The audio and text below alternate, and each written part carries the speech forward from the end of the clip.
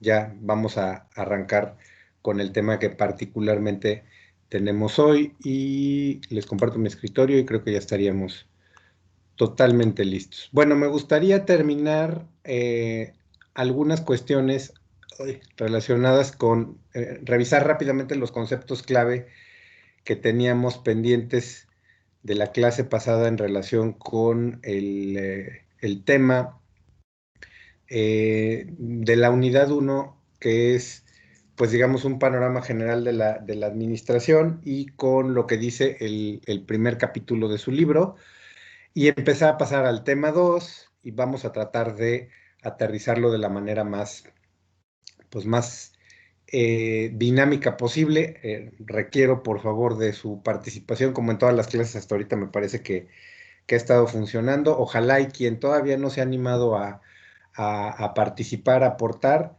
lo pueda hacer. Y bueno, vamos a ir construyendo lo que nos falta de los temas, ¿no? Muy bien.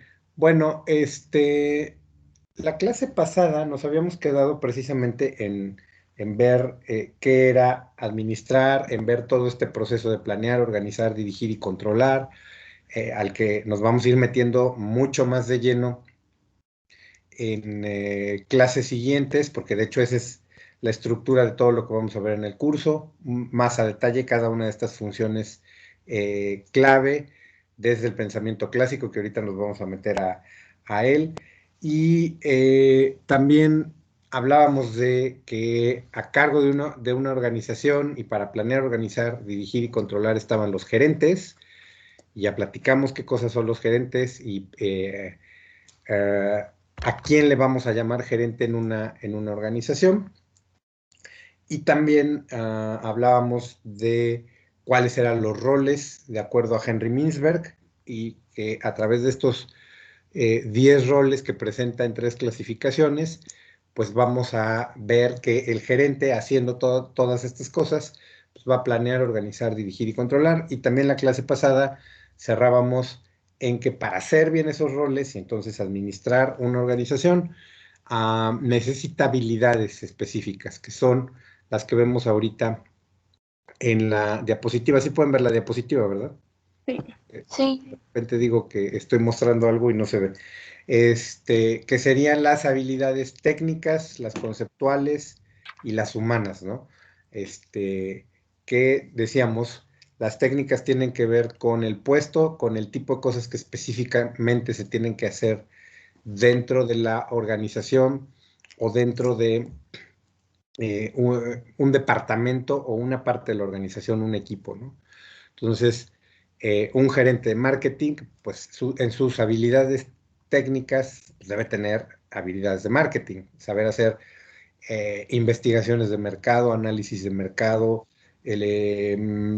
entender y además tener habilidades para aplicar cuestiones relacionadas con diseño de producto, etcétera, 50,000 cosas, ¿no? Un gerente de producción, pues tiene que saber de producción y todos los gerentes, independientemente de qué departamento son, pues deberían de saber su negocio, ¿no? ¿Qué hacemos en esta organización? Entonces, en un restaurante, pues hay que saber sobre servicio en un restaurante, sobre cómo funciona la cocina del restaurante, sobre el tipo de platillos que le podemos dar al cliente, etcétera, etcétera. Eso es conocimiento técnico, pero también habilidades conceptuales, más que conocimiento, habilidades, ¿no? Por supuesto conocimientos, pero saberlos aplicar y saber hacer cosas en relación con ello, ¿no? Eh, y bueno, también habilidades conceptuales, es decir, tener la capacidad de analizar, de visualizar información, pero también darse cuenta de la realidad, descubrir tendencias, sobre ello hacer planes de trabajo, poder visualizar una estrategia, poder ser creativo para ver cómo resolvemos los problemas. Esos son el tipo de habilidades conceptuales y las humanas, cómo conectamos con los demás, cómo los entendemos, cómo nos podemos comunicar, etcétera, etcétera, ¿no? Que es un pedazo bien importante y que iremos comentando y aterrizando mucho más específicamente y con algunos ejemplos estas habilidades. Bueno, ahí nos quedamos la clase pasada. Y otra de las cosas, déjenme terminar de revisar estos conceptos clave de los que hemos platicado y que necesitamos cerrar de este primer capítulo. Y uno de ellos, también en su libro habla de competencias centrales y que las competencias centrales son importantes desarrollarlas también en una organización. Después de que habla el libro precisamente de estas competencias, de estas habilidades de los gerentes, de sus niveles, etcétera, habla por ahí de competencias centrales. Pero antes de meterme a eso, me gustaría saber, no sé si ustedes ya han visto antes, lo han mencionado por ahí en otra materia, lo vieron a lo mejor en el bachillerato, probablemente sí. ¿Qué cosa es una competencia?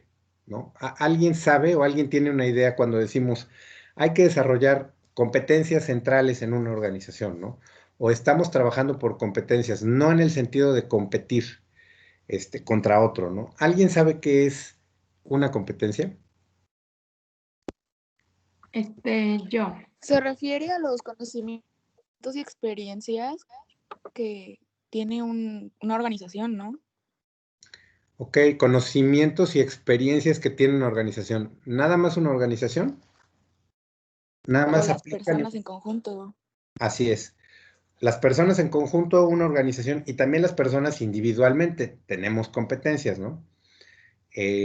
Por ejemplo, ustedes a lo largo de toda su licenciatura, cuando terminen, el producto final de ese proceso es que ustedes van a desarrollar ciertas competencias, ¿no? Que digamos, si lo ponemos en ese sentido, en las palabras que acabas de decir, pues básicamente es un conjunto de tres cosas, ¿no? De conocimientos que ustedes van a adquirir, el saber, pero también a lo largo de estos años que ustedes van a pasar estudiando en su licenciatura, no solo se van a llevar este pedazo porque si no, pues no vamos a saber hacer cosas. Entonces, este pedazo de saber hacer, que serían habilidades, también se necesitan ir desarrollando con lo que ustedes van a ir aplicando a lo largo de las distintas materias, cursos en los semestres que vienen. Y un pedazo muy importante que ustedes ya traen y que, digamos, se sigue formando en la universidad, estoy hablando dentro del contexto de su carrera, es el saber ser, que tiene que ver con valores, que tiene que ver con actitudes, con, digamos, esa disposición para querer hacer cosas.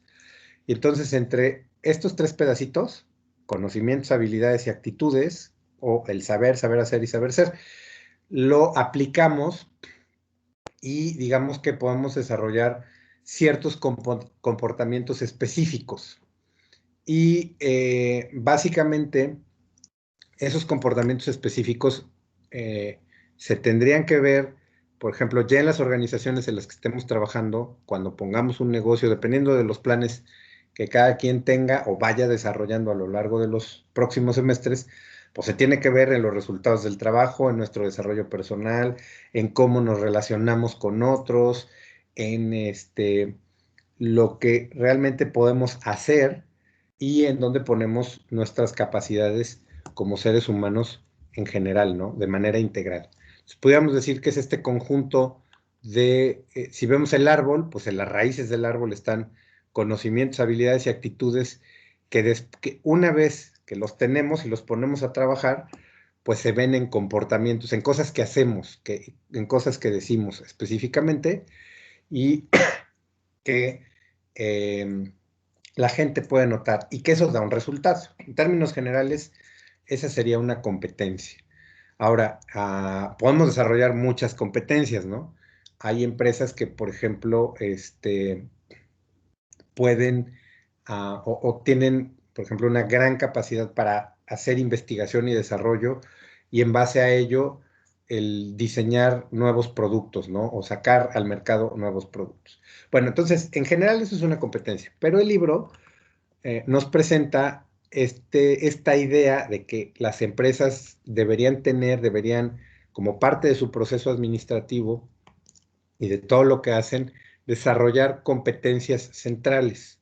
¿Qué cosa es eso? ¿Alguien puede opinar o nos puede decir un poquito qué es una competencia central? Según Jones y colegas, eh, como lo plantean en el libro? Yo digo que es un conjunto específico de habilidades departamentales o también conocimientos, experiencias que dan resultados positivos a una organización. Ok, dan resultados positivos a una organización y por ahí dice también el libro que le permiten desempeñarse, totalmente de acuerdo con lo que estás diciendo, pero que les permiten desempeñarse a las empresas de manera superior a la competencia, ¿no? A las otras, para no volver a repetir esa palabra y confundirnos, pero a las otras empresas que hacen prácticamente lo mismo que nosotros, o a organizaciones similares.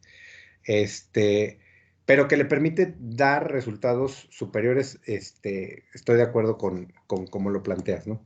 Entonces, por ejemplo, alguien me podría decir una empresa que se les venga a la mente, a lo mejor desde el punto de vista de clientes, de consumidores que somos, una competencia central que tenga alguien que puedan identificar, ah, sí, claro, esta empresa tiene una competencia central porque es este conjunto de conocimientos, habilidades y actitudes que les permite hacer las cosas súper bien o mejor que otras empresas.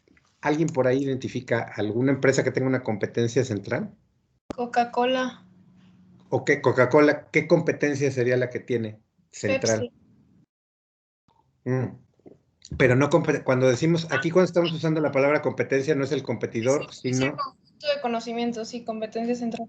ajá, Es que sabe mucho sobre su cliente. ok, Ah, conocer al cliente, sí, el perdón, marketing es muy bueno, su propaganda es excelente, la verdad. claro. Además, pues lleva años en el mercado posicionándose como el primero. Y Ujú, pues, igual sus centros de distribución, que es ok, realmente, pues, ¿qué? Exportada. Y pues eso. súper. Dijiste varias competencias que probablemente sean, digo probablemente porque a lo mejor hay que estar dentro de la empresa para estar 100% seguro, pero lo que vemos desde fuera, yo estoy completamente de acuerdo contigo. La capacidad que tiene Coca-Cola para encantar a sus clientes a través del marketing, capacidades de comunicación y de marca, capacidades de distribución, capacidades de conocer y entender bien cómo es su cliente, porque eso luego lo utiliza. Quizá ese conocimiento es un conocimiento muy específico que usa en su competencia de marketing o en sus competencias de marketing para encantar al cliente y hasta la fecha sigue siendo muy fuerte la empresa en crear esos sentimientos en relación con el producto, porque el producto, sin todo lo que ha creado alrededor, pues probablemente no sería la gran cosa, ¿no? Pero el producto cuando venden una coca no nada más venden la lata, el diseño de la lata o de la botella, sino hay un montón de atributos emocionales, yo diría, que Coca-Cola ha construido durante décadas y las sigue reforzando y son muy buenos en ese sentido. Esa es una competencia central, ¿no? Muy bien, bueno, perfecto. Y luego prácticamente vienen una serie el libro va terminando con una serie de menciones en donde dice, bueno, toda esta historia de planear, organizar, dirigir y controlar, el gerente, lo que hace el gerente a través de todos estos roles según Henry Mintzberg, las capacidades que debe tener, todo eso para construir competencias centrales que le permita tener un desempeño superior, como bien decían ustedes, un desempeño positivo y además superior a los otros competidores o a las otras empresas, nos lleva a que hoy en día nos vamos a meter ahorita a la historia de la administración y entonces cómo fue surgiendo todo esto de lo que estamos hablando ahorita, que es muy importante entenderlo para saber cómo aplica hoy en día, de qué mundo vienen esas ideas que todavía seguimos utilizando en el siglo XXI. Unas son más recientes y otras son un poquito más lejanas. Pero prácticamente nos empieza a presentar algunos conceptos que están relacionados con cambios que empieza a ver en las prácticas administrativas. El mundo yo diría, de la segunda mitad y del último cuarto del siglo XX y todo lo que llevamos del siglo XXI tiene que ver con cuatro cosas que hoy en las organizaciones estamos tratando de hacer mucho, ¿no? Lo que es reestructurar organizaciones, Hoy andamos en el mundo de subcontratar y también, o de outsourcing, que es el término que también utilizamos para la subcontratación, de facultamiento de la gente, o que en inglés le llamamos empowerment, y de trabajar con equipos autodirigidos. Y son como 4 cosas que están hoy en día en boga en las organizaciones y que estamos haciendo pues, frecuentemente. Alguien que nos quiera platicar un poquito de qué es cada una de esas. Bueno, primero me gustaría empezar a ver qué es reestructura. Es algo que está muy de moda. Alex, ¿nos podrías decir qué es reestructura? ¿Qué dice el libro o qué piensas tú en relación con qué cosa es la reestructura? Es como ya el siguiente paso después de analizar las competencias y volver a hacer tu administración y cosas para poder sobresalir y ser mejor que la competencia. En parte sí, ajá. O sea, cuando dices volver a hacer tu administración, si recuerdo bien el término, ¿a qué te refieres Ajá. particularmente con eso? Administración como de recursos, que te salga como dar el producto más barato, mejorar tu marketing, varios, o sea, como que todos los procesos que ya tiene una empresa, pero mejorarlos para poder ser mejor, de Ok. venta y de todo eso. Sí, sí. En esencia también, cuando hablamos de reestructura, implica hacer cambios, ¿no? Yo diría, de lo que tú estás explicando, cambios en procesos, cambios en la forma en la que hacemos las cosas, cómo manejamos los recursos. Ese es un gran sentido de la reestructura. Pero cuando hoy en día todos los gerentes y directores dicen, es que tenemos que hacer una reestructura, en realidad, ¿a qué se están refiriendo? Y ahorita estamos en medio de 50,000 reestructuras en todas las empresas, precisamente por la pandemia. No digo que no estoy de acuerdo contigo, implica todo lo que dices, pero ¿qué es lo que dice el libro? ¿Alguien se acuerda o que quiera checar? Sí, Yo creo el libro dice simplificar, contraer o reducir el tamaño operativo de una organización para disminuir costos de operación. Ajá. Desafortunadamente, casi todo el mundo cuando dice estructura se refiere a eso. ¿Ibas a decir algo, Monselí? Eso mismo. Ok, perfecto. Gracias, perdón. Sí, o sea, hoy cuando pensamos en reestructura es cortemos puestos, ¿no? Claro, ojo, no cortemos puestos, no hagamos más chiquita la organización, porque esa es la tendencia también. De repente ha habido una idea en las organizaciones, en las empresas, de que más es mejor. Esa es una idea relativamente vieja, que no necesariamente está equivocada, pero no es siempre cierto. Es decir, hubo una tendencia también en épocas de mucho crecimiento económico y de mucho auge y de que no había tanta gente en el planeta, etcétera, varias cosas en donde pues hay que meter más gente a la empresa, ¿no? Y de repente, como había recursos y había dinero, y de hecho a mí me tocó ver en una empresa en particular, hace no mucho, en la que yo trabajaba, esa idea que todavía tienen muchos directores claro, porque no es su dinero, ellos no son los dueños de la empresa, también hay que aclarar eso, mientras más gente tenga yo en mi departamento, en mi área o en la empresa, pues más poder, ¿no? Tengo más gente.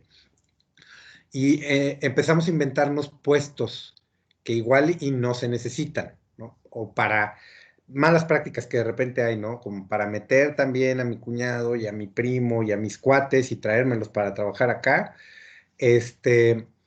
Y de repente sí se han necesitado nuevos puestos, también esa es otra historia, cuando las empresas van creciendo y se van expandiendo y van necesitando más funciones. Pero entonces de repente llega un escenario como el que estamos ahorita.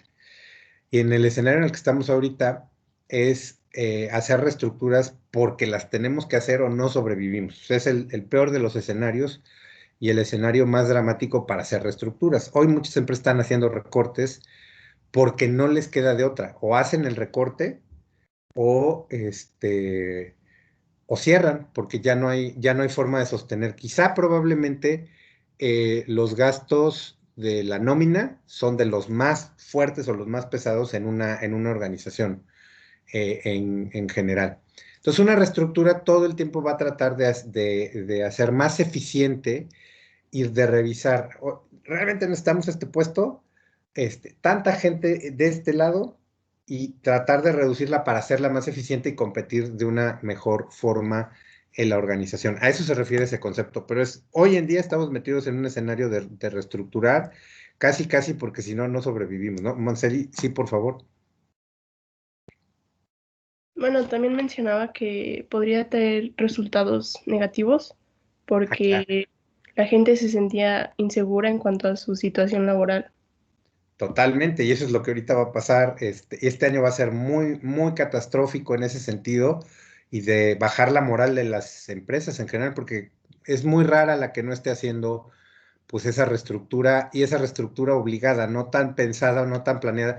En años anteriores probablemente sí era como de, a ver, vamos a revisar en dónde podemos ser más eficientes. Y de repente sí hacías esa reestructura para decir, a ver, vamos a deshacernos de estos dos puestos porque en realidad no los necesitamos, ¿no?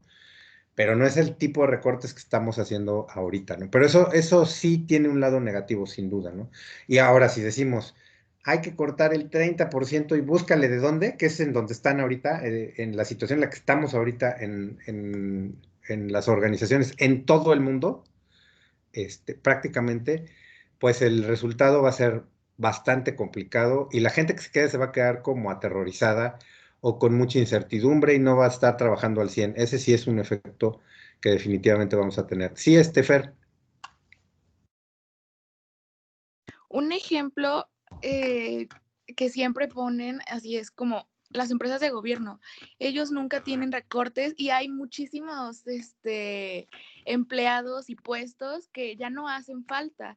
Ahorita tengo, por ejemplo, una conocida que trabaja en gobierno y ella así de, ahorita están trabajando home office y se dan cuenta que no necesitan muchos puestos porque, o sea, hay personas que ni siquiera ahorita están trabajando porque pues no hace falta, pero sí les dan salario y, por ejemplo, esa conocida ya no necesita así de que le pongan los sellos, porque hay así empleados que así solo ponen sellos o solo engrapan o así como que puestos innecesarios en una empresa y pues también perjudica por el dinero que se les paga y podrían trabajar en otra cosa.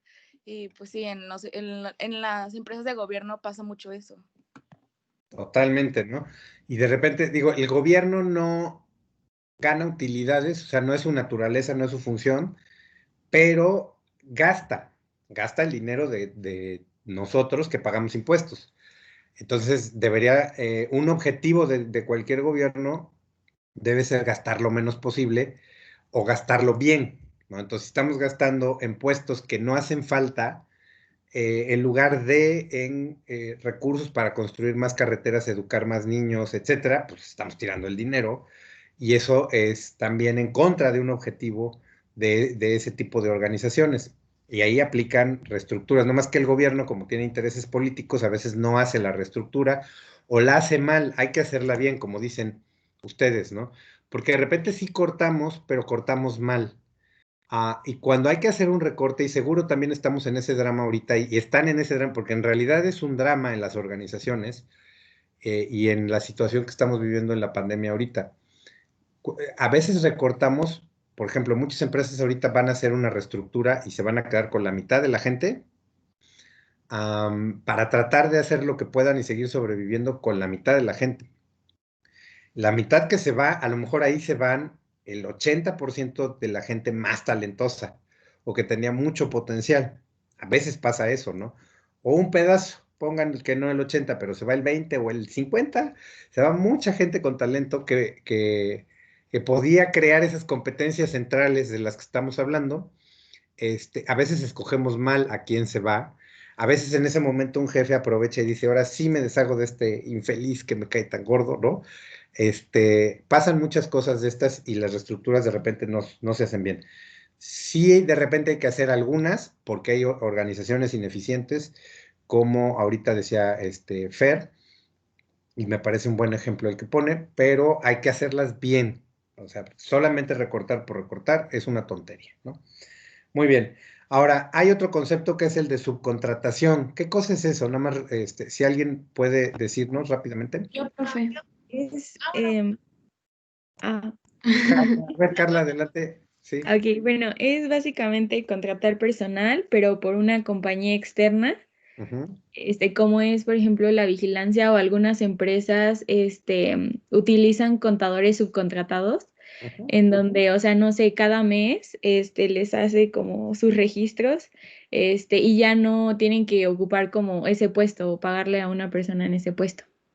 Claro. Parte del rediseño de la organización, digamos, y de ver, y de una práctica que se ha hecho desde hace mucho tiempo, que se sigue haciendo, para reducir gastos y tratar de hacer más eficiente. Acuérdense de eficiencia y eficacia, que son dos conceptos súper importantes de los que hablamos desde el principio. Para hacerla más eficiente, entonces, ahorrar recursos, gastar menos, es mandar un pedazo de la gente que solíamos contratar de manera directa al outsourcing, a subcontratarlos. Es decir, en lugar de yo tener por ejemplo, la gente de limpieza directamente contratada por mí, mejor le pago a una empresa que los contrate y que me venga a dar el servicio, ¿no? Entonces, ¿con quién hacemos esa subcontratación? Con aquellos puestos que agregan menos valor y que a lo mejor no necesitamos, los desaparecemos de nuestra estructura y mejor pagamos un servicio que nos salga más barato, pero que además no requerimos tenerlos dentro de la organización. Esa es la lógica de la subcontratación, porque en ese tipo de trabajos no están las competencias centrales, ¿no? Por ejemplo, sería una tontería de Coca-Cola, pienso, siguiendo el ejemplo que ponían hace ratito, subcontratar mercadotecnia, ¿no? Espérate, mercadotecnia tiene que estar dentro porque es la que genera las competencias centrales, ¿no? A lo mejor uno que otro servicio que apoya a la gente de mercadotecnia de dentro, pero necesitamos tener gente muy buena en mercadotecnia si queremos seguir teniendo competencias centrales de mercadotecnia. Entonces, a lo mejor otro tipo de actividades que no agreguen tanto valor a la organización directamente, pues como puede ser la limpieza, como pueden ser, por ejemplo, algún servicio de empaque de productos, si es que ahí no están las competencias centrales, pues los podemos mandar, mantenimiento probablemente, los podemos mandar fuera, si ahí no están las competencias centrales, ¿no? Pero bueno, ese es el rollo de la subcontratación. Muy bien. Cuando decimos facultamiento, que es el siguiente concepto, ¿qué cosa es eso?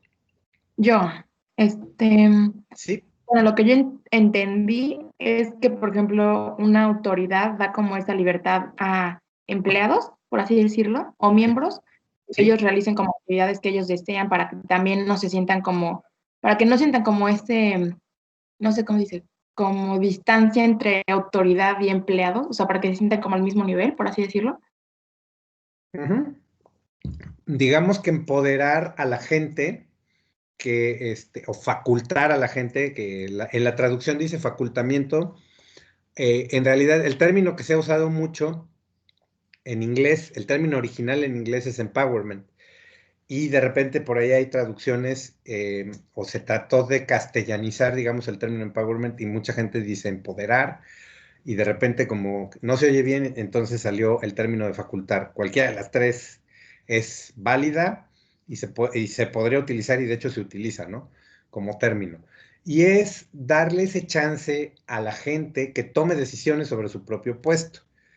Se aleja de unas teorías originales administrativas y se acerca más a otras, que ahorita nos vamos a meter en un minuto a esa discusión, pero básicamente se trata de darle chance a la gente que tome decisiones, que no espere a recibir órdenes, darle cierta autonomía, darle chance de proponer cosas dentro de los límites de su puesto, hasta donde pueda tener, digamos, control sobre lo que va a proponer y no estar tan dependiente de lo que le tengan que decir los directivos, los gerentes, etcétera, etcétera, ¿no?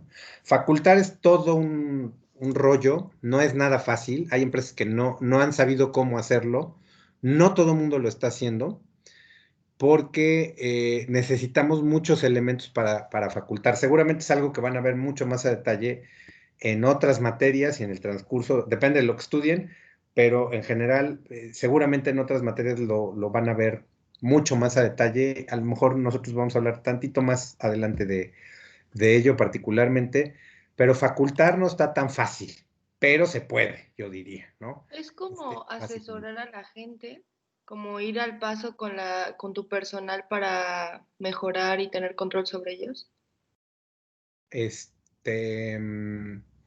como asesorar como en que, nada más si me puedes, aterrizar un poquito más el concepto para estar 100% seguro de que estamos diciendo. Bueno, yo de qué estoy entendiendo. O sea, cuando los empleados entran a una empresa, asesorarlos en general a cómo llevar ciertos procesos empresariales, o sea, de tu empresa, pues. Ajá, ajá. Y así ellos puedan tener una idea y puedan efectuar mejor su trabajo. Claro, eso es Y bien tener importante. control sobre sus decisiones, pues, como usted dice, que estén dentro de su puesto de trabajo y así Ajá. pues poder efectuar mejores resultados. ¿Sí es eso? Sí, claro, tiene mucho que ver. O sea, de repente, quizá a cualquier empresario o a cualquier gerente se le antoja tener gente facultada, porque eso implica tener menos chamba que el gerente hace, chamba que no es de gerente, ¿no? Si el gerente tiene que tomar cada decisión y decirle a todo el mundo para dónde se tienen que mover y a qué hora, pues es que tiene un equipo muy chiquito, ¿no? Es decir, gente muy poco desarrollada y entonces pues, el gerente no va a poder hacer su chamba, ¿no? Que tiene que ver con los roles que discutíamos en la clase anterior. Entonces, para facultar a la gente hay que desarrollarlos, hay que capacitarlos, hay que dejar que crezcan, hay que asesorarlos, como dices tú, hay que enseñarles bien cómo funcionan las cosas. Y entonces, cuando tenemos gente grande en la organización, es decir, gente que sabe de procesos, que tiene experiencia, tiene idea de qué hacer en su puesto y puede tomar decisiones solito, como uno de los puntos clave del facultamiento. Pero hay gente que no los desarrolla, no los capacita, empresas donde rota mucho la gente y entonces llega y a los 6 meses se va y así estamos todo el tiempo, pues está en japonés, con todo el respeto para el Japón y sus ciudadanos, el poder facultar a la gente. Ese es un requisito importante. Pero hoy las organizaciones están tratando, porque solamente gente facultada va a poder hacer que la organización como un todo se mueva rápido, responda rápido a todos los retos que se tienen hoy en día, ¿no?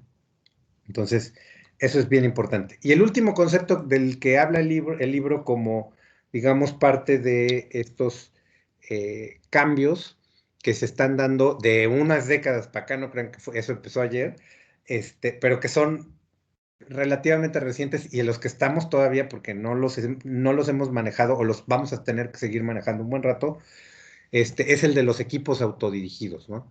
Entonces, no sé, Rodrigo, ¿qué es un equipo autodirigido? ¿Qué entiendes por ello? Si nos pudieras platicar un poquito de eso.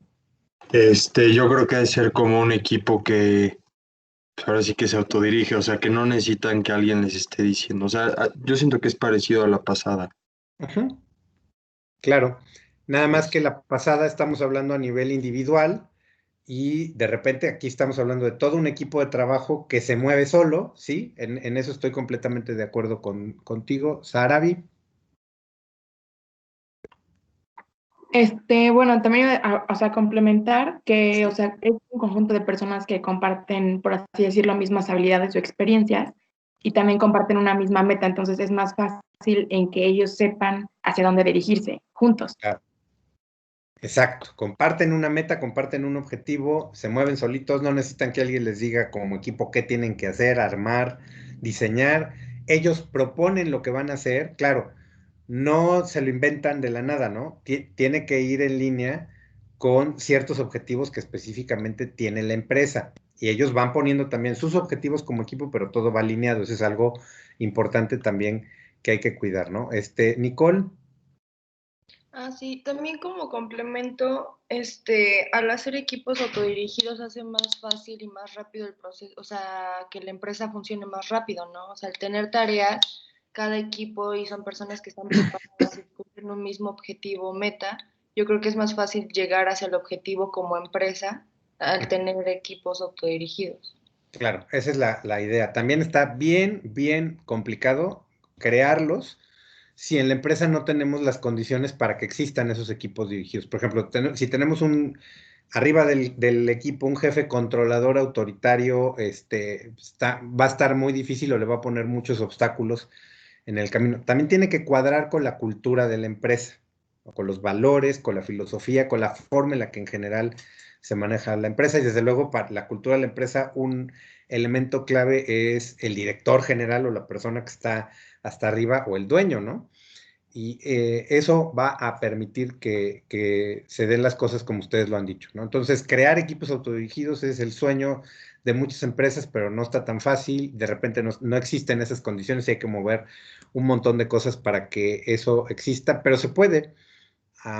Yo he trabajado en equipos autodirigidos, es padrísimo cuando uno es parte de, o cuando uno está facultado, que tiene que ver con el concepto de facultamiento, como bien decía Rodrigo, y que te permite entonces también ser parte de un equipo autodirigido y moverte, proponer cosas. Empresas como Google y Apple se mueven en base a equipos autodirigidos y no podrían haber llegado a donde están si no trabajaran en base a ello, ¿no? Pero de repente no todas las empresas se les hace tan fácil el poder tener estos equipos. Muy bien, ¿hasta aquí vamos bien? Sí, profe, todo bien. Sí, profe, todo bien. Perfecto, súper. Y bueno, el libro nos termina hablando de varios retos globales que tenemos, que son, estamos en un entorno global, ¿no? Estamos trabajando en organizaciones globales. Rápidamente, ¿qué es esto? Cuando decimos, esta es una organización, Coca-Cola es una organización global, ¿a qué nos referimos? Que mundialmente es consumida, o sea, bueno, que es una empresa internacional, o sea, que su producto se maneja alrededor de todo el mundo. Totalmente de acuerdo. Sí, tiene una presencia en distintos países. Bueno, y Coca-Cola prácticamente en todo el mundo, ¿no? Y de repente eso hace más difícil trabajar, ¿no? Por ejemplo, yo les diría que no, más adelante vamos a ver, pero de repente hay diferencias cuando decimos si una empresa es global, multinacional, internacional, no es exactamente lo mismo, ¿no? Sobre todo hay una diferencia entre global y multinacional, que después nos metemos a eso porque si no nos vamos a complicar mucho la existencia. Pero bueno, pensando en global o llamándole global a una empresa que tiene operaciones y presencia en distintos países y que eso implica trabajar con gente de muchos lados, pues va complicándonos un poquito el camino, ¿no?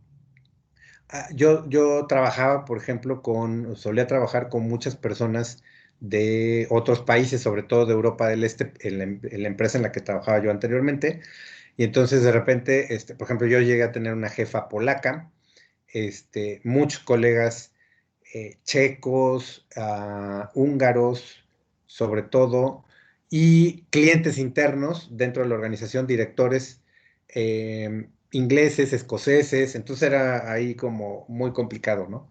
Y no pensamos igual, no nos movemos igual, desde que no hablamos el mismo idioma, y todo eso va agregándole una complejidad al trabajo, a ponernos de acuerdo, a entendernos, ¿no?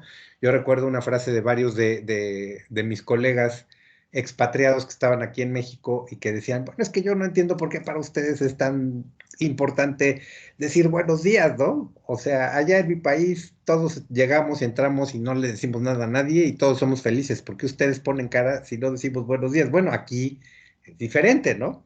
Y de repente entendernos y manejar las complejidades. También Coca-Cola es un producto global, ya que hemos hablado de ellos, porque más o menos está estandarizado en todo el mundo, más o menos es igualita la botella, pero de repente también hay países en donde te dicen, por ejemplo en Europa, no, espérate, eso de vender una botella de este tamaño, olvídalo. Aquí no aplica porque hay una regulación que cuida la salud. Entonces, sí puedes vender tu botella, pero así, chiquitita, ¿no? Ok, y luego hay países en donde la Fanta no es así naranja como acá, sino que de repente no les encanta ese color por alguna razón y entonces tiene que ser un poco más amarilla, ¿no? Por decir algo. Bueno, todo eso, qué le gusta a la gente, cómo se mueve, etcétera, pues va agregándole complejidad a las organizaciones y de repente las cosas se van moviendo dramáticamente y hay que saber manejar el cambio y eso es todo un rollo y eso es todo un tema y seguramente vamos a ver muchas cosas más a lo largo de la carrera, porque este solo es un curso introductorio y no podemos meter todo lo que está implícito en estos puntitos, pero manejar el cambio sigue siendo nuestro dilema principal y las cosas, vaya, que si cambian, ¿no? Como lo hemos visto en este año. También hay muchas cuestiones relacionadas con ética y responsabilidad social, como ustedes pudieron leer en su libro, porque de repente hay gente, yo tengo la oportunidad, he tenido la oportunidad de dar esta materia de ética y responsabilidad social, de hecho así se llama en la Ibero, en la maestría en administración.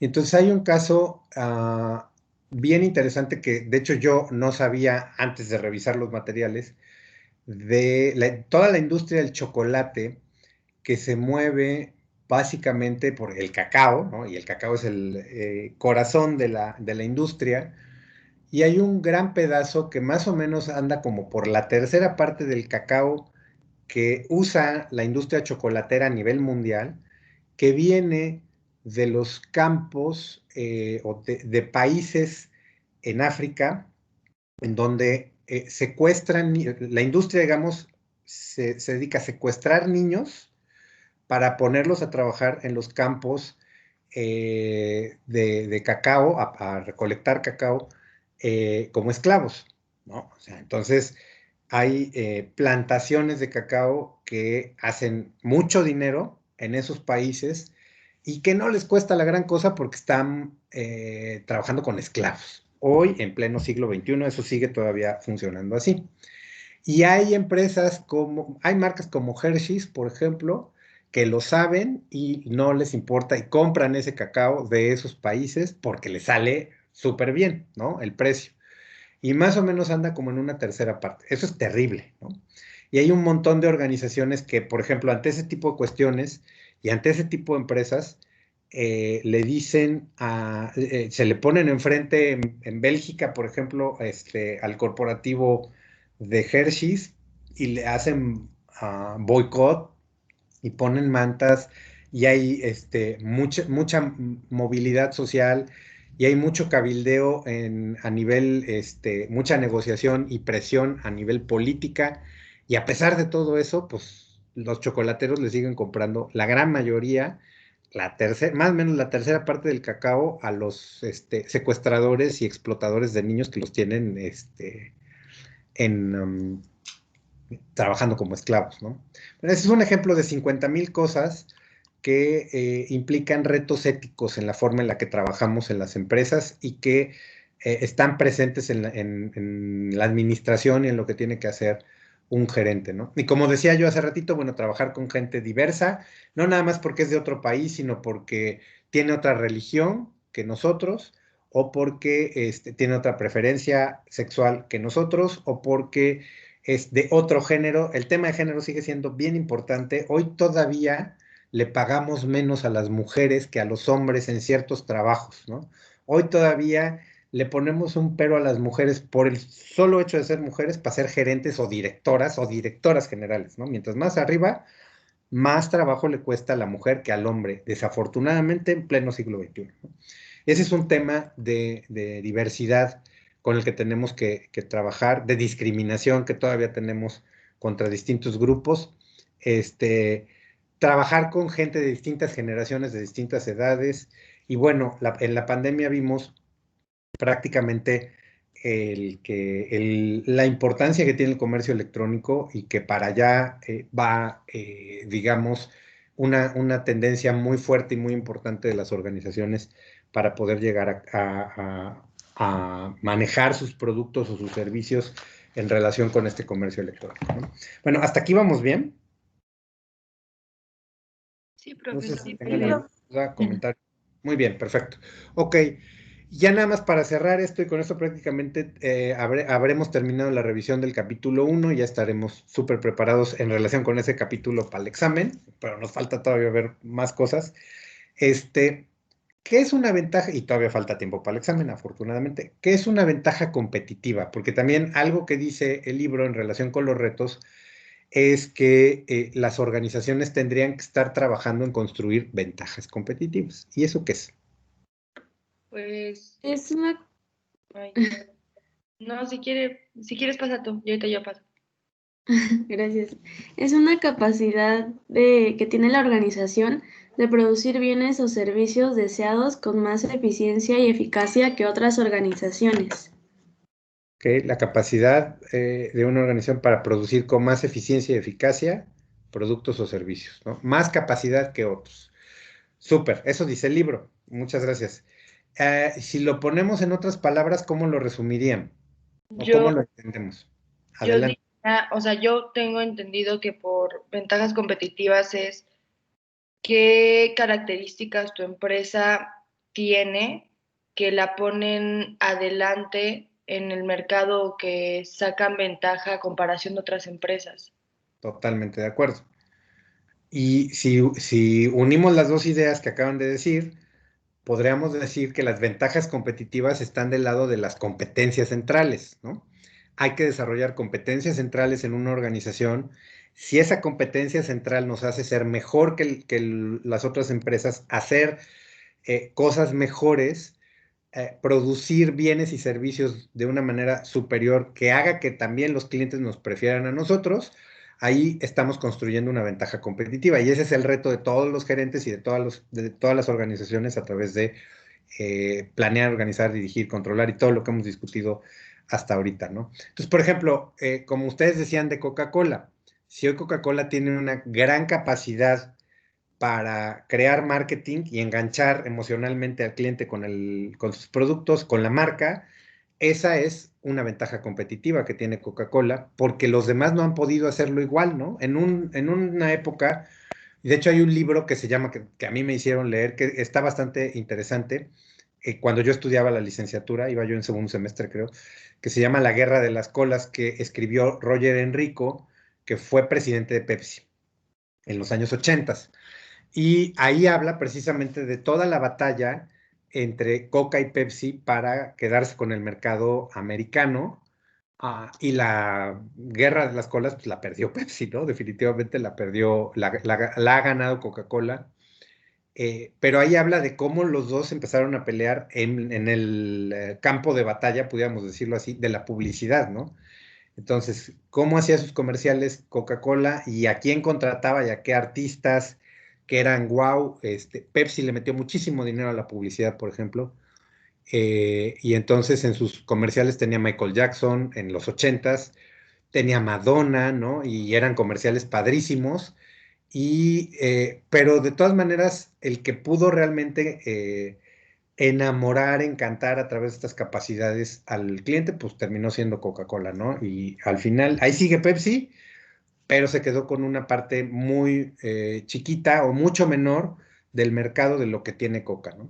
Pero bueno, entonces, crear ventajas competitivas, esa es otra parte importante que tenemos, en la que tenemos que trabajar. Bueno, con esto prácticamente cerraríamos nuestro primer tema, que es esta parte de introducción a la administración y ver como este panorama general.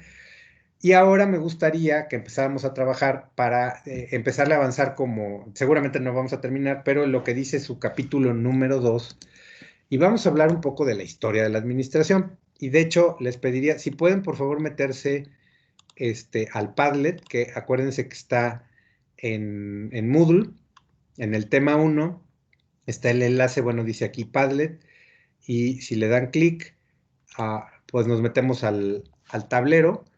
Cambié la liga, no es el mismo tablero porque borré el que tenía y ahorita puse que permite como acomodar las participaciones de una manera diferente. Me gustó más tipo de Padlet y entonces aquí lo vamos a utilizar.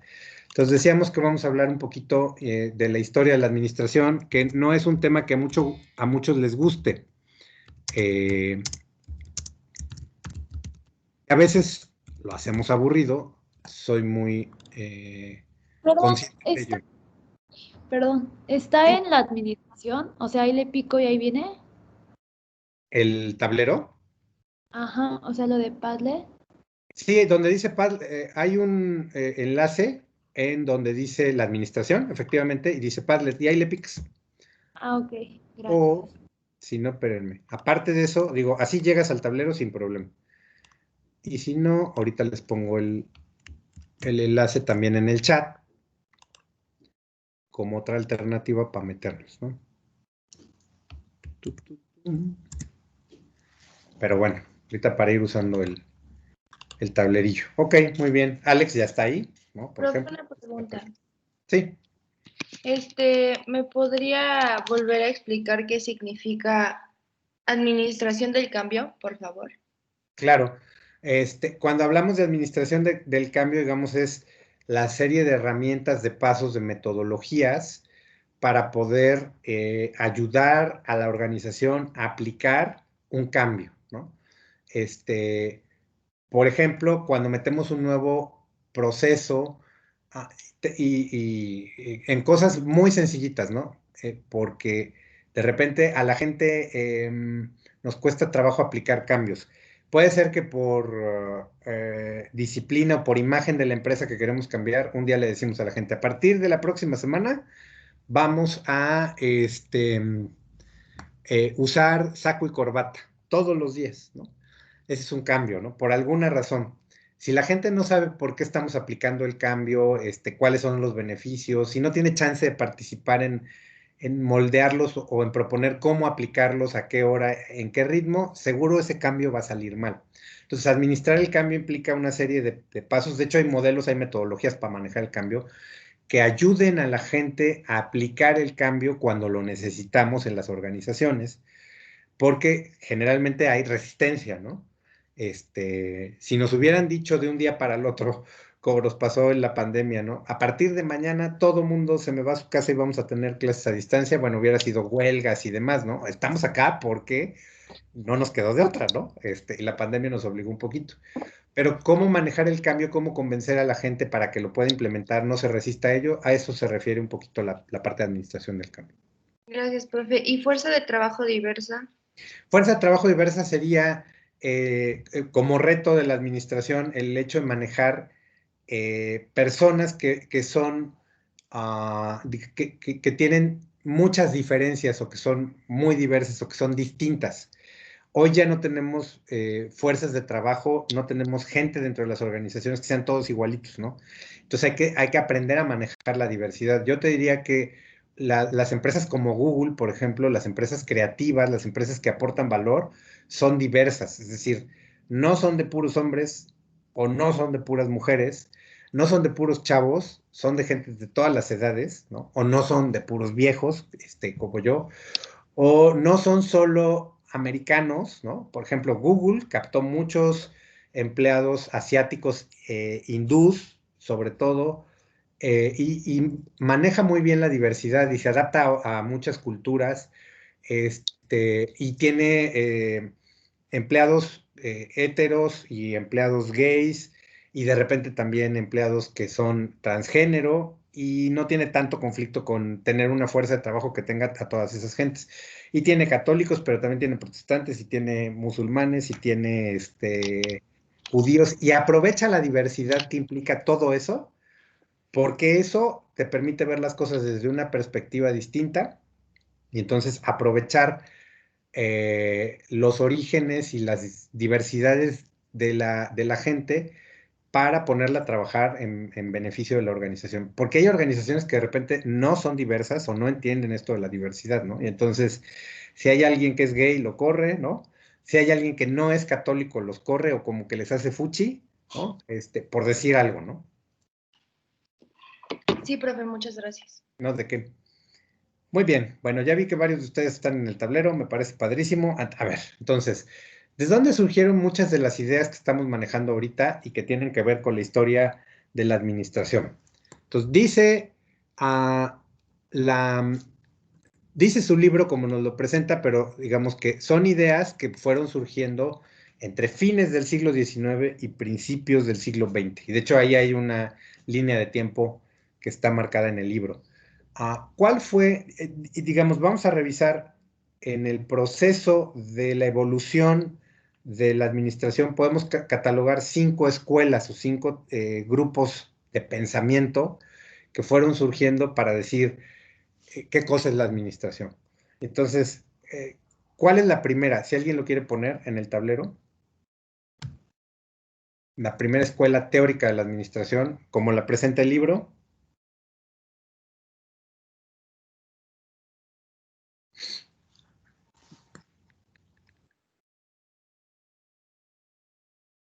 Teoría de la administración científica. Ok, bien, entonces, ahora sí, es que no había yo visto. Esta es la primera, súper, perfecto. Aranza, perfecto, sí. Esta es la administración científica, súper. Es lo primero que apareció, que ahorita me voy a meter a esto. Y luego, ¿cuál fue la siguiente? Alguien que nos quiera poner otra idea para ir construyendo el tablero. Ahorita voy a ir tratando de ponerlo como de manera horizontal. Después de la administración científica, ¿cuál fue la que siguió? Alex Polanco dice la de la gestión administrativa, vientos. Y Alex Bueno también dice ahí la de la gestión administrativa. Y luego la tercera.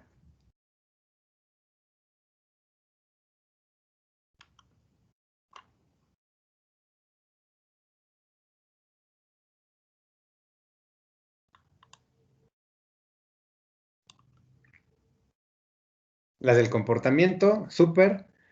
Y luego la cuarta.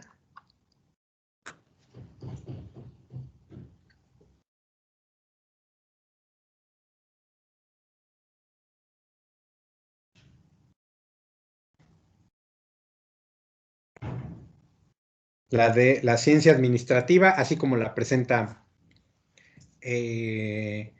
los autores del libro. Y la última sería la del entorno organizacional. Bien. Entonces, por ejemplo, aquí Dani nos pone, bueno, todo mundo, ¿no? Pero estoy agarrando el posteo que tengo más cerquita. Aquí están las 5 teorías, ¿no? La de la administración científica, de ahí evolucionamos o pasamos a la escuela de la gerencia administrativa y después nos fuimos a la de, también le llamamos a la de la conducta administrativa, se le llama tradicionalmente la escuela del comportamiento, que esa fue como de los años 20 del siglo pasado, o sea, tiene 100 años específicamente. Y luego viene la de la ciencia administrativa, que ya nos vamos acercando más a la mitad del siglo XX. Y la última escuela, digamos, es la de la teoría del entorno organizacional. Bueno, vamos a ir viendo de dónde salieron estas ideas y a quién se le ocurrió y por qué se les ocurrió esto. Porque de alguna manera hay que entender un poquito. Algo que me gustaría nada más como comentar, voy a ordenar aquí tantito el tablero. Algo que me gustaría comentarles es que toda esta evolución de estas escuelas, de estas teorías, tuvo una razón de ser. No es porque de repente a alguien se le haya ocurrido, se levantó un día de buenas y dijo, voy a crear la teoría de la administración científica, ¿no? O la de la gerencia o la de la conducta o del comportamiento, sino que empezaron a pasar cosas en el ambiente, en la época en la que estaban, que los obligó a empezar a moverse para pensar y crear este tipo de teorías o este cuerpo de teorías específicamente, ¿no? Entonces, la primera que tenemos es la de la administración científica. Y de acuerdo a lo que leyeron o a lo que tienen en el libro, si no lo leyeron así súper bien, nada más platíquenme o pónganme en un posteo quién es el primer autor que nos menciona o el primer señor que se le empezaron a ocurrir cosas en relación a la primera teoría, que es la de la administración científica. Si lo quieren ¿Escribirlo o decirlo? Escribirlo, por favor. Okay. Si ya tienen un post, pues en otro post, para no... Yo vi que en mi post es que o sea, donde decía comentarios me comenté y ahí estaban todas las respuestas. Ok. Eso no se ve solo mi nombre, pero porque en comentarios ahí dice 3 hasta abajo. Ok. Bueno, de preferencia si puedes poner otro. Sí, profe. Otro post. Ya, ahí está hasta arriba y ahí dice 3 abajito, luego. Acá. Es que puse sí todo. Bueno, sí, yo hago otro. Espérenme. Gracias. Para no hacernos bolas. Bueno, Adam Smith es un autor clásico de economía y sí, algunas de las ideas, pero Adam Smith está muy lejos de la administración científica porque estamos hablando de fines del 18, está como 100 años antes, ¿no? Entonces, ahorita no nos vamos a meter en complicaciones. Probablemente, digo, sí influye, pero el primero que pone sobre la mesa cosas muy concretas de teoría de administración científica, creo que por ahí alguien ya lo había puesto, es Frederick Taylor, ok. Aquí lo tiene Carla. Taylor, aquí lo tiene también Monselli. Y no sé si alguien más lo puso. Sí, también aquí está Frederick Taylor, que pone Alex. Perfecto. Entonces, Taylor es el primer señor que nos habla de la administración científica. Ahora, alguien de manera muy general, en un minuto, que con su micrófono nos quiera platicar un poquito, ¿en qué consiste la administración científica? ¿Cuál es la idea central de la administración científica? De lo que hayan captado. Yo, Por favor, adelante. Sí, Aranza. la administración científica, como pues cualquier sistema pues, administrativo, busca la eficiencia y la eficacia, pero era un sistema más técnico y más robotizado. Eso era, trataba de, pues no veía tanto así de, bueno, los gerentes principalmente de algunas empresas no veían como humanos a las personas, aunque, o sea, la intención de la doctrina, pues sí era eso, pero en sí era como un proceso muy técnico, muy controlado y pues con el menor tiempo y que sea eficiente y eficaz.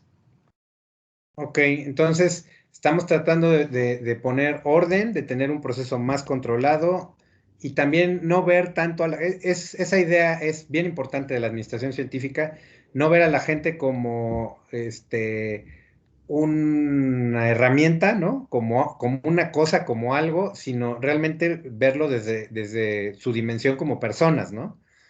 Y como personas pues pueden aportar más a la eficacia y a la eficiencia de la organización. Lo que tú dices es bien importante porque, digamos, y en su libro más o menos viene planteado, cuando surgen las primeras ideas de la administración científica, ya estamos en el mundo en la segunda revolución industrial prácticamente, entre la primera y la segunda revolución industrial.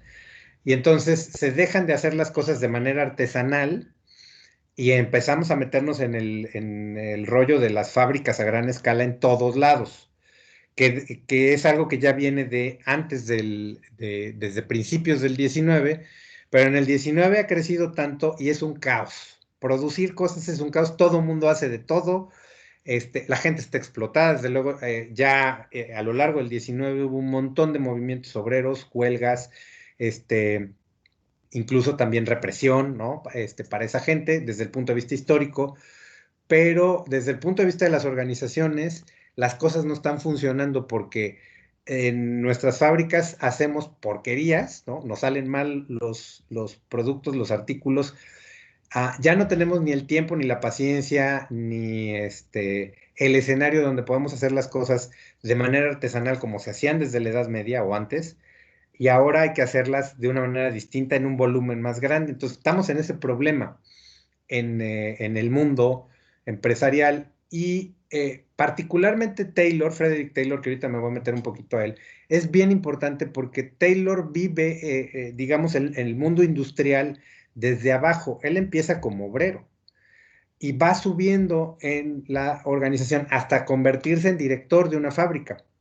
Entonces él tiene el panorama completito desde abajo hasta arriba, lo puede vivir y además él estudia o tiene estudios de ingeniería que va adquiriendo a lo largo del camino y entonces él tiene esa visión muy, muy clara de cómo podrían funcionar las cosas de una manera distinta, ¿no? Al final, el foco es ser más eficaz, ser más eficiente y ese es el corazón de la administración científica. Súper. ¿Hasta aquí vamos bien? Sí, profe. Sí, profe. Ahora, en su libro, ya hablando de Taylor, prácticamente hay 4 principios de la administración científica de los que habla Taylor. alguien, sin escribirlos para no perder tanto tiempo, pero nos podrías decir cuál es el primero. Es lo de que estudia la manera en la que los trabajadores hacen sus tareas, ¿no? O sea, y con eso recopilan pues todos Sí, los conocimientos sobre el trabajo que cada uno realiza. claro. ¿Cómo ponemos orden? De lo que decían hace ratito a lo que dice Taylor es, a ver, vamos a poner orden para ser más eficaces y eficientes y darle su lugar a la gente para que aporte más. Ese es como, me parece un buen resumen de la administración científica, ¿no?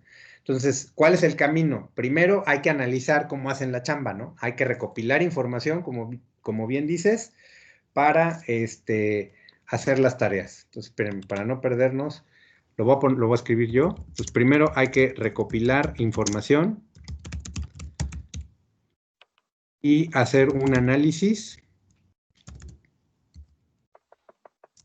de las tareas que hace todo mundo en el caos en el que estamos metidos. Ese caos del siglo XIX, hay por ahí 2, 3 empresas que lo siguen teniendo, ¿no? Pero bueno, ya evolucionamos mucho en el mundo de cómo se hacían las cosas a cómo se hacen ahora. Y luego, ¿qué seguiría, según Taylor? De los 4 principios que vienen marcados en su libro. A través como de unos nuevos métodos, dar la forma en la que las personas van a realizar sus tareas y lo ¿Ya hacen. analizamos? Sí, perdón, te interrumpí, discúlpame. No, ya acabé yo. Ok, perfecto. Entonces, ya vimos cómo lo están haciendo, ahora hay que pensar en un nuevo método, cómo lo podrían hacer mejor, y esto implica tener reglas y procedimientos escritos, ¿no? Ay, Dios, ya me perdí. Perfecto. Y luego, ¿qué sigue? Según Es Taylor. pues la parte en la que ya que se tiene el trabajo y pues las necesidades para hacer ese trabajo, es encontrar pues el trabajador que posea esas habilidades para poder realizarlo y después darles como una capacitación, ¿no? Para que pues lo puedan hacer de manera exitosa.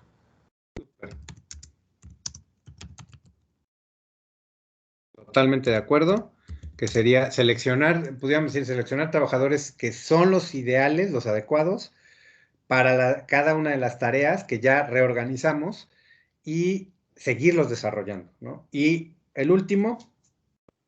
Una distribución equitativa entre la responsabilidad del trabajo, ¿no?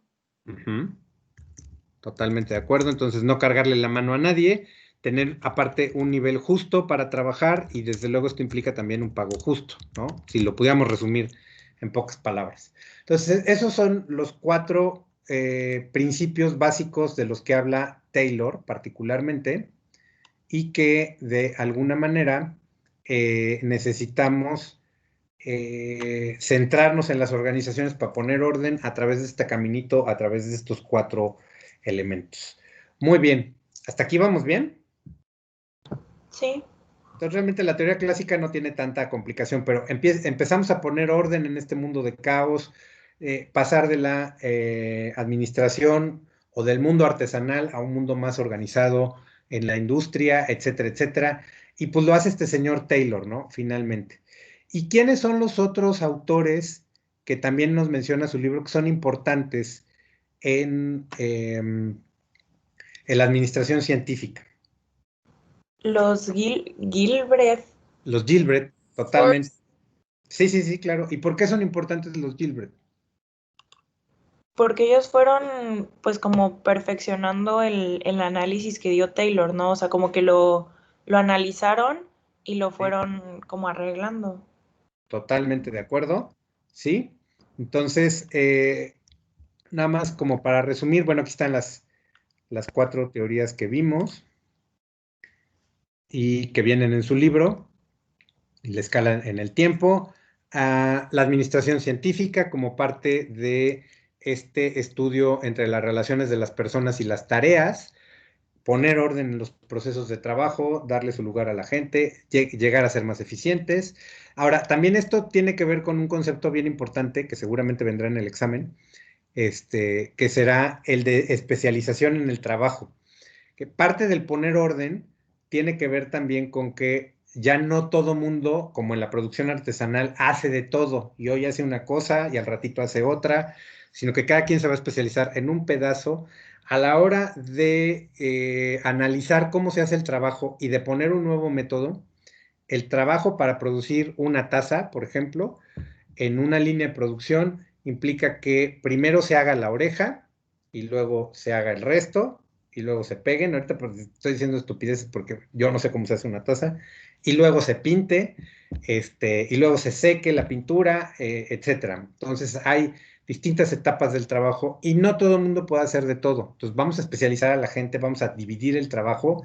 Entonces va a haber quien nomás haga orejas y va a haber quien nada más pinte y va a haber quien nada más seque. Ya se enfrió mi café, por cierto. Y básicamente, el meter la especialización en el trabajo para ser más eficaces y más rápidos y más eficientes también es uno de los principios de la administración clásica. Bueno, este era el señor Taylor. Él escribió, nada más como para complementar lo que ya dijeron, un libro en 1911. Ahí saca las ideas, las viene trabajando desde fines del 19, pero en 1911 se publica un libro que se llamaba Principios de Administración Científica, ¿no? O Principles of Scientific Management. Y ahí es donde empieza a meter estos 4 principios de los que ya hablamos para poner orden en el caos, ¿no? No que cada quien haga lo que pueda y quiera de manera caótica, sino poner, digamos, con la especialización un poquito más de orden, estructura, tratar de maximizar la producción a través de la especialización, a través del análisis de tiempos y movimientos.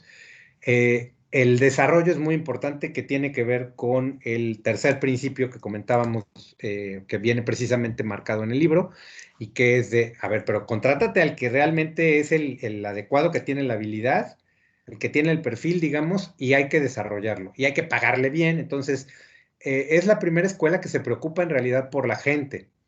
Taylor porque Taylor fue obrero. Esto hay que entenderlo también, de dónde vienen estas ideas. O sea, Taylor creció hasta el punto de ser el director de una planta. Y entonces él entiende en carne propia por qué la gente tiene que estar bien desarrollada, trabajar en un ambiente adecuado, no explotarlo. Acuérdense que estamos hablando de principios del siglo XX, en donde la gente llegaba a trabajar 16 horas seguidas sin que les pagáramos un centavo más, ¿no? No son las condiciones legales incluso, ni políticas que tenemos hoy, en donde el trabajador tenía chance de descansar y un día de descanso a la semana. O sea, eso no existía. Y entonces ahí es donde rescatamos este interés por la gente, ¿no? Y luego vienen los Gilbert, como ustedes bien apuntaban, que están en esta foto, ¿no? Los Gilbert, que aparte son muy importantes en el pensamiento administrativo y son estos, le aportan sobre todo a la parte del estudio de tiempos y movimientos, cómo ir midiendo. A ver, decíamos, ¿no? Por ejemplo, para hacer la taza, ¿cuánto tiempo te tardas en delinear la oreja?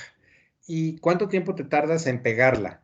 Y entonces ellos empezaron a usar, de hecho, el cinematógrafo para hacer la medición de tiempos y movimientos y ver, al analizar cómo lo hacía, detectar en dónde se podía ahorrar tiempo porque se estaba tardando mucho o se estaba retrabajando una cuestión, ¿no? Dentro del proceso, una tarea dentro del proceso. Entonces los Gilbert fueron muy buenos en eso, en aportar tiempos y movimientos. Frank y Lillian, que son estos 2 señores que están acá. Otra característica interesante de los Gilbert, histórica, anecdótica si quieren, es que tuvieron un chorro de hijos. Creo que, si mal no recuerdo, fueron 12. Y es que eso fue lo que los motivó o lo que los orilló a ver la producción en serie, tiempos y movimientos, porque era darle de desayunar a 12, ¿no? Vestir a 12, era como una línea de producción, y eso los hizo desarrollar como este sentido de, a ver, vamos a analizar cómo ahorramos tiempo para que en lugar de tardarnos 1 hora, nos tardemos 40 minutos en vestir a los 12, en bañar a los 12, en darles de comer, etcétera, ¿no? De ahí surge ese interés por el análisis de tiempos y movimientos, y eso es lo que ellos van a aportar. Hay una película por ahí que no sé si la hayan visto, yo no la he visto, o sea, sí la ubico y he visto algunas escenas, que se llama Más barato por docena. Es una comedia que originalmente es de los años 50, pero hay una película reciente reciente, ya del siglo XXI, pero debe tener como unos 20 años o 15 años. Y básicamente está inspirada la historia en los Gilbert, ¿no? Que es un matrimonio que tiene, una tiene 5 hijos y el otro tiene 7 o algo así por el estilo. Y entonces, al casarse los dos en segundas nupcias, cada quien aporta a sus hijos, pues es una familia de 12 hijos y hay un montón de situaciones muy chistosas, pero tiene que ver, está inspirado un poco como en esta parte de los Gilbert. Perfecto. Muy bien.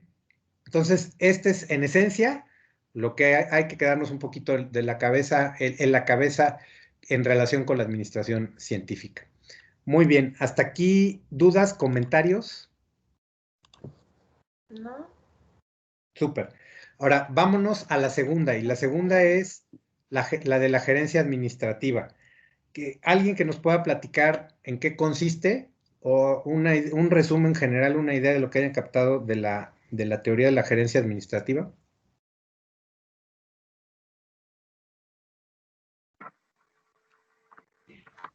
Yo. Por favor. Bueno, lo que yo entendí es que es como un estudio de la manera en la que se crea una estructura organizacional en donde igual se produce eficiencia y eficacia. Ok, aquí es, digamos, ¿cuál sería la diferencia, en tu opinión, entre la administración científica y la gerencia administrativa?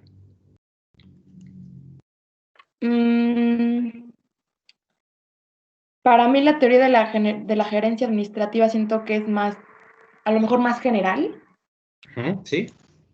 O sea, por ejemplo, la otra, la científica, se enfoca más a las personas, ¿no? La manera en la que trabajan.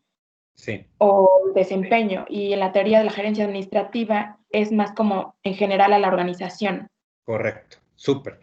Exacto. La primera aportación, la de la administración científica, es cómo trabaja cada uno, meternos a tiempos y movimientos, meternos a lo que se hace en cada tarea y en la gente, ¿no? A nivel individual. Aquí la de la gerencia administrativa es cómo debiera funcionar toda la organización, ¿no? No niega, digamos, ni se opone a lo que dice la administración científica. De hecho, construye sobre la administración científica.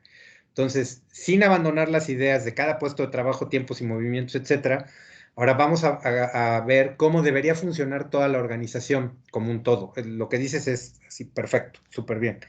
¿Quiénes son los dos autores? Si pueden escribir en un post, los dos principales autores de los que habla el libro de la teoría de la gerencia administrativa. Que hay dos así que son clave.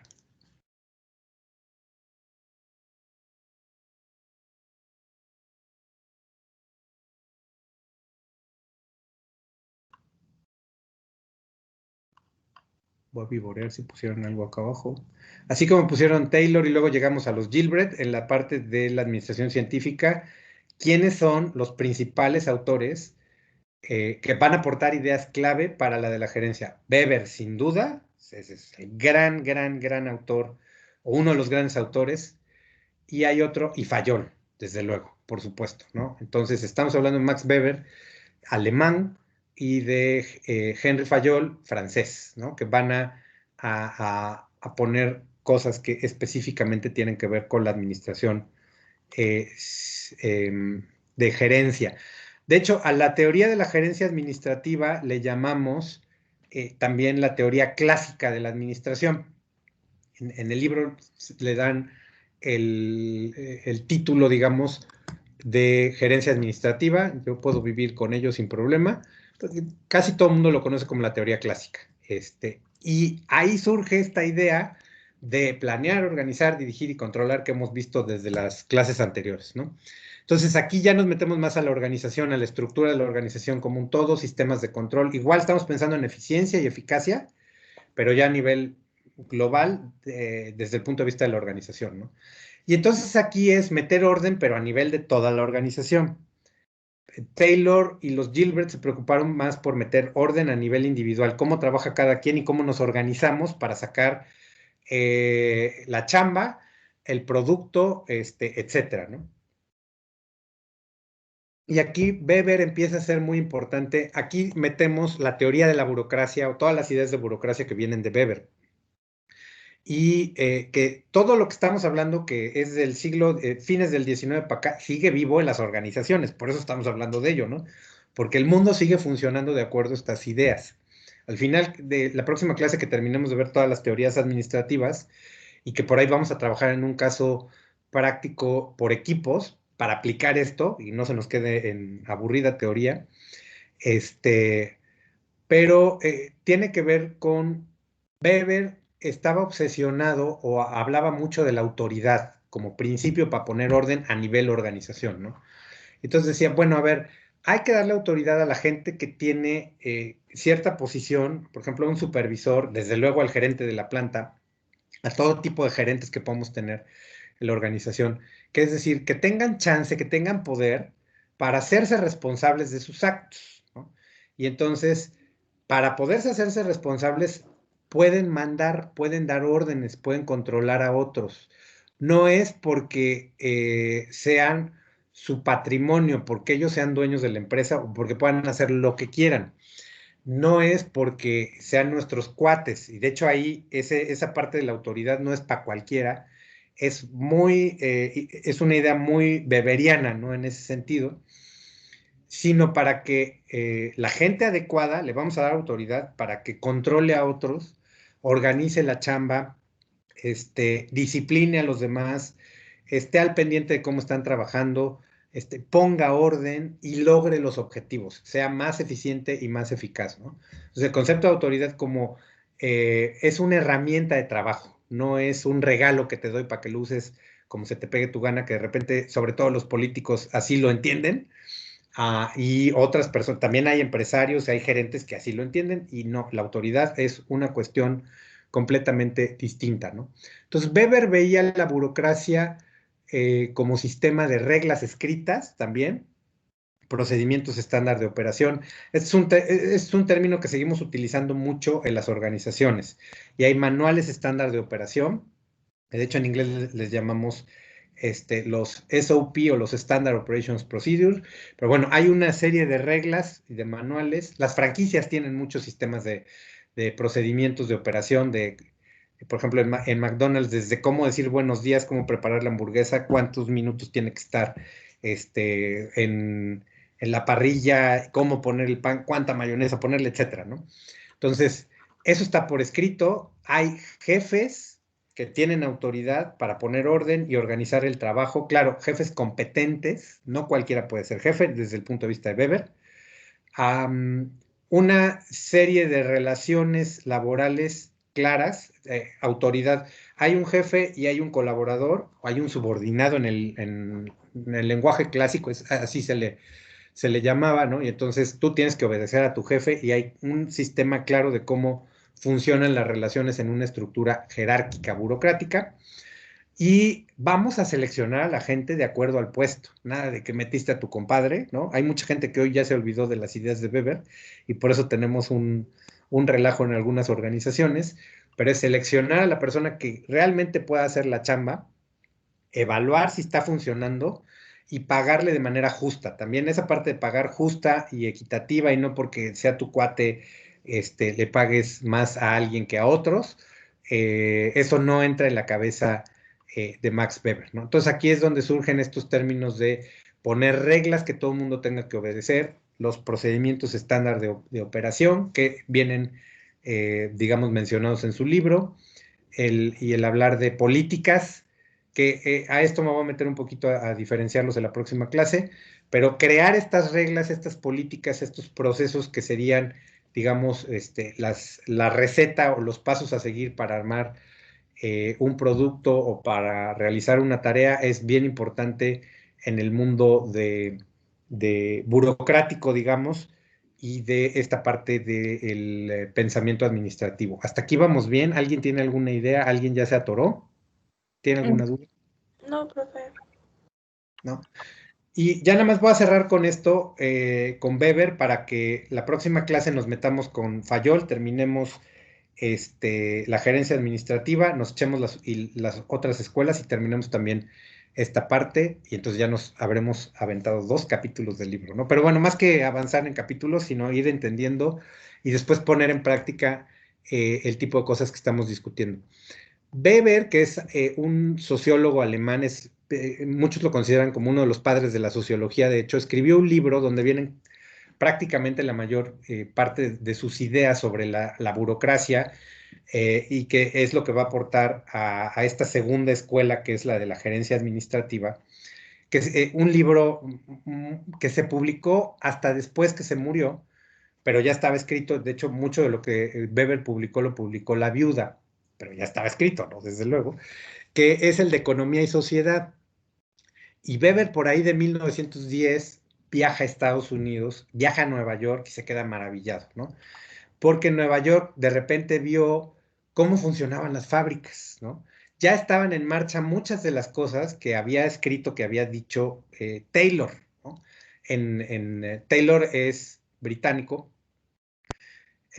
pero en el mundo empresarial ya habían empezado a permear muchas de estas ideas, y él vio varias fábricas muy grandes, de cientos de trabajadores funcionando, digamos, de manera mecánica, como el ejército, todo organizado, y además se maravilló con el capitalismo americano, ¿no?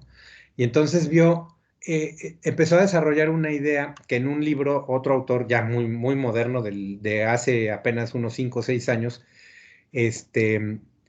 Moisés Naim, decía que Weber se quedó con la idea de que para que algo funcione bien tiene que ser muy grande, ¿no? O sea, una empresa de 1000 personas bien organizadas, bien estructuradas, da muy buenos resultados. Esa es la clave del éxito en el mundo empresarial, porque lo vio en las fábricas americanas, ¿no?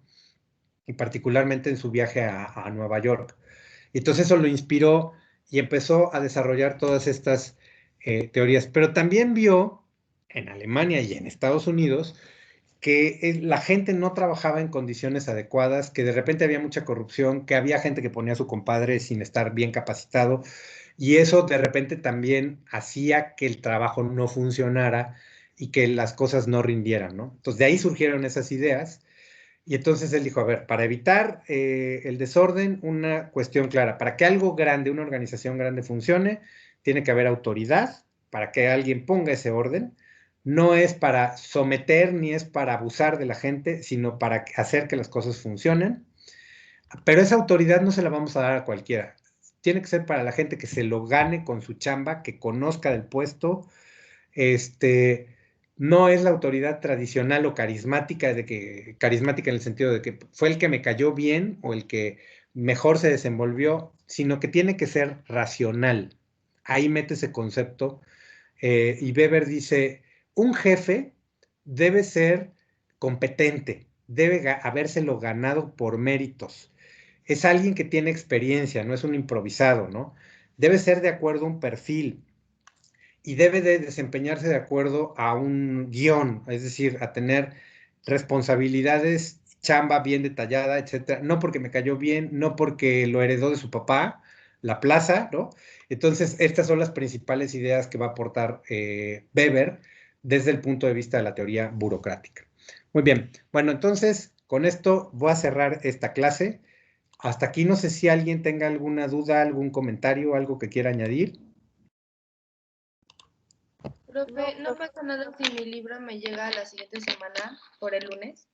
No importa, ahorita o sea, para seguir revisando los conceptos, nos sirve la versión viejita que tenemos en Moodle, y digamos que si les llega en el transcurso de la próxima semana está perfecto para que cuando ya tengan todos la versión nueva, entonces empecemos a usar casos y ejemplos específicos de la versión nueva, porque ahí sí cambian las 2 versiones, ¿no? Pero ahorita no se preocupen por eso. Sí, gracias, profe. No, ¿de qué? ¿Alguna otra duda, comentario? Si no, bueno, pues entonces hasta acá dejamos esta clase. Porfa, terminen de leer la última parte, la segunda parte del capítulo 2, para poder aterrizar las ideas, cerrarlas de la historia del pensamiento administrativo, y entonces poder trabajar en equipos en un caso en donde vamos a aplicar todo esto. Pues que tengan muy bonito día y cierren muy, muy padre su semana. y cuídense mucho. Nos vemos el lunes a las 7 otra vez. Muchas Gracias, gracias. profe. Gracias, Profe. Excelente semana. Igualmente, ustedes que estén bien. Hasta luego, Hasta gracias. luego, profe. Hasta luego.